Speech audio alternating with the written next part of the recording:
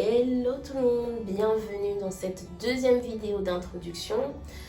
Je vous parle de mon parcours capillaire dans cette vidéo. Alors, si vous avez envie d'en savoir un petit peu plus, à tout de suite. Ok, donc on y va.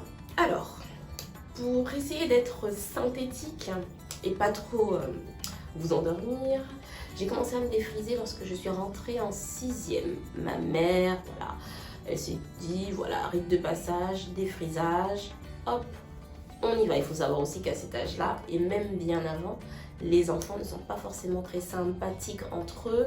Il suffit qu'on soit un peu à la marge, qu'on soit différent pour être pris pour cible. Bref, il s'avère aussi que c'est une sorte de rite de passage de la jeune fille, je ne sais pas pourquoi, d'entrer dans les standards de beauté européens. Peut-être que je juge, mais en tout cas c'est mon avis. Et donc j'y ai pas du tout échappé. J'ai eu droit aussi à mon défrisage à l'âge de 10-11 ans. Ensuite, j'ai continué à me défriser jusqu'à l'âge de 22 ans, donc environ 11 ans de défrisage. Vous imaginez un peu le dégât que ça fait au niveau du cuir chevelu.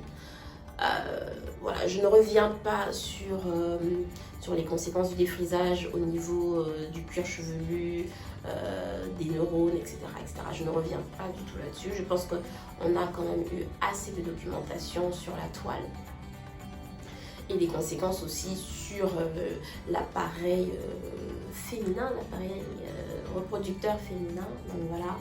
Si vous n'en savez pas plus, n'hésitez pas à me mettre des commentaires pour que je puisse vous faire remonter quelques études là-dessus. Ce sera avec grand plaisir. Donc, 11 ans de défrisage, 11 ans de dégâts sur mon cuir chevelu, jusqu'à ce que je fasse mon entrée en métropole. Voilà, je pars pour faire mes études. Et j'étais encore dans cette période de défrisage. Il fallait trouver, voilà, un nouveau salon, retrouver les mêmes habitudes qu'au pays, faire ses brushings, ses soins. Voilà, c'était hyper calé. J'ai dû faire face à certaines réalités, la nature de l'eau, le coût des soins, et puis une casse qui arrivait de plus en plus. Il y a un jour où je me suis rendue chez la coiffeuse, j'ai voulu unifier la couleur de mes cheveux parce que j'avais les pointes décolorées. C'était une sorte de tie and dye pas très élaborée parce que ça venait à peine de sortir. Donc moi j'ai voulu remettre tout en noir, et défrisage plus coloration, ça a complètement bousillé mes cheveux. Donc j'avais les cheveux qui partaient par grappes, c'était vraiment... Ah, j'étais au bord des larmes. Je ne sais pas si parmi vous, pour certaines, le cheveu c'est quelque chose d'aussi important.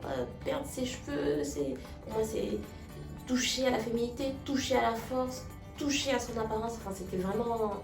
Bref, j'étais au bout du bout. Et j'ai commencé à réfléchir à qu'est-ce que je vais faire de ces cheveux, comment je vais les traiter, est-ce que je dois les couper, quoique ça ne m'était pas encore venu en tête. Mais, dans mon entourage, il y a eu 2 personnes très importantes, j'ai envie de dire 2 personnes phares, oui. C'est ma meilleure amie et une très bonne amie qui était une ancienne collègue, qui, voilà, sont passées d'une part, il y a une qui était passée au naturel, qui m'incitait, qui me disait, ben regarde, voilà comment je fais, etc. Moi j'étais en admiration complète parce que je me disais, waouh, elle est courageuse, elle affronte, vous voyez le mindset un peu, elle affronte sa nature de cheveux, etc. Et la deuxième, elle avait, comment dire, choisi une routine capillaire plus naturelle. Donc, ces 2 personnes ensemble ont fini par me décider. J'ai arrêté le défrisage. J'ai dû arrêter vers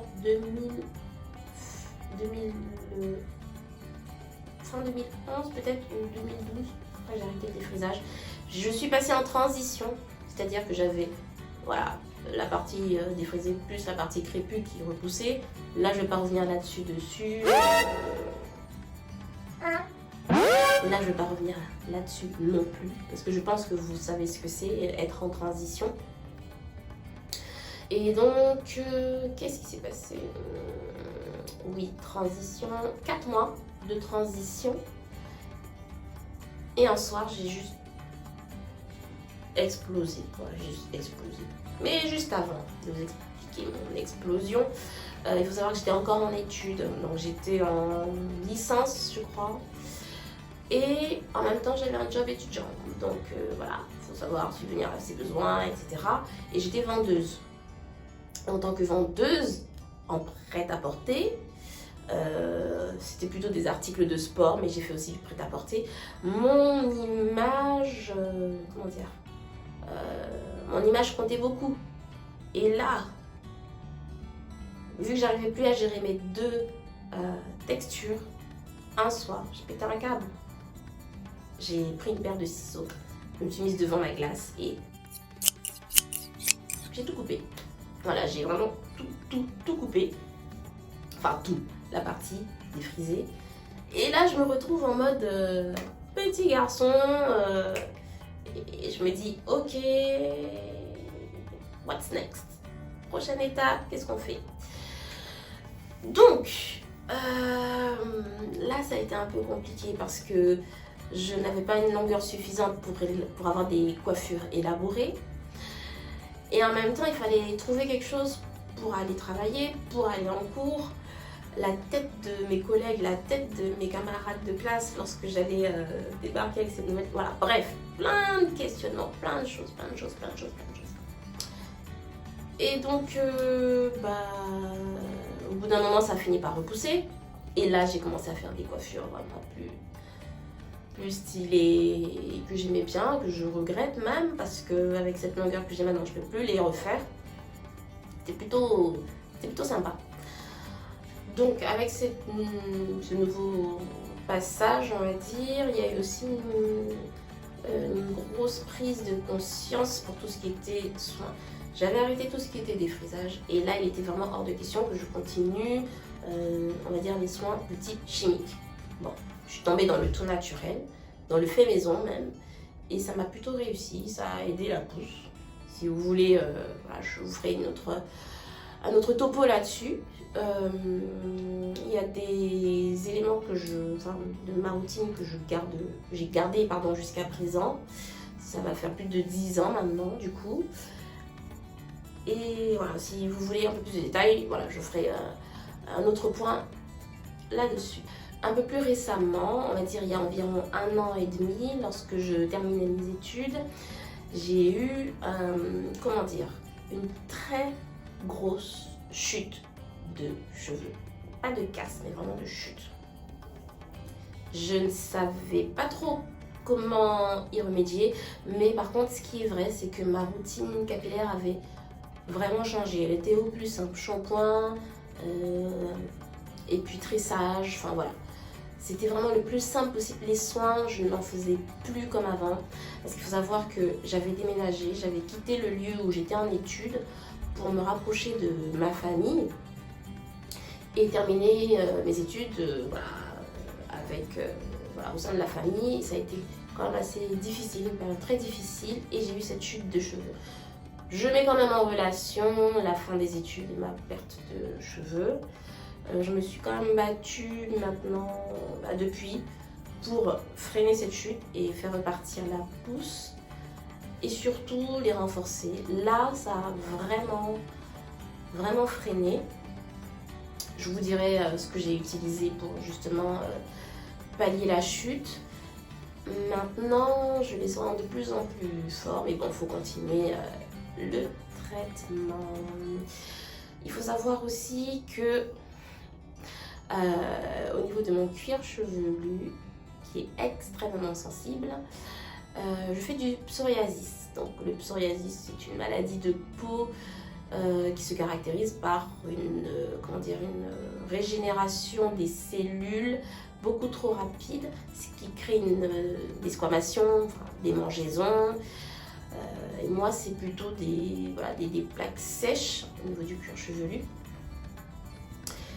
Et c'est assez compliqué de se battre contre ça, Mais bon voilà, pareil, je suis en traitement. Si vous voulez en savoir plus également, je vous ferai une autre vidéo là-dessus. Donc j'ai plusieurs choses à mon actif, plusieurs, comment dire, problématiques à traiter.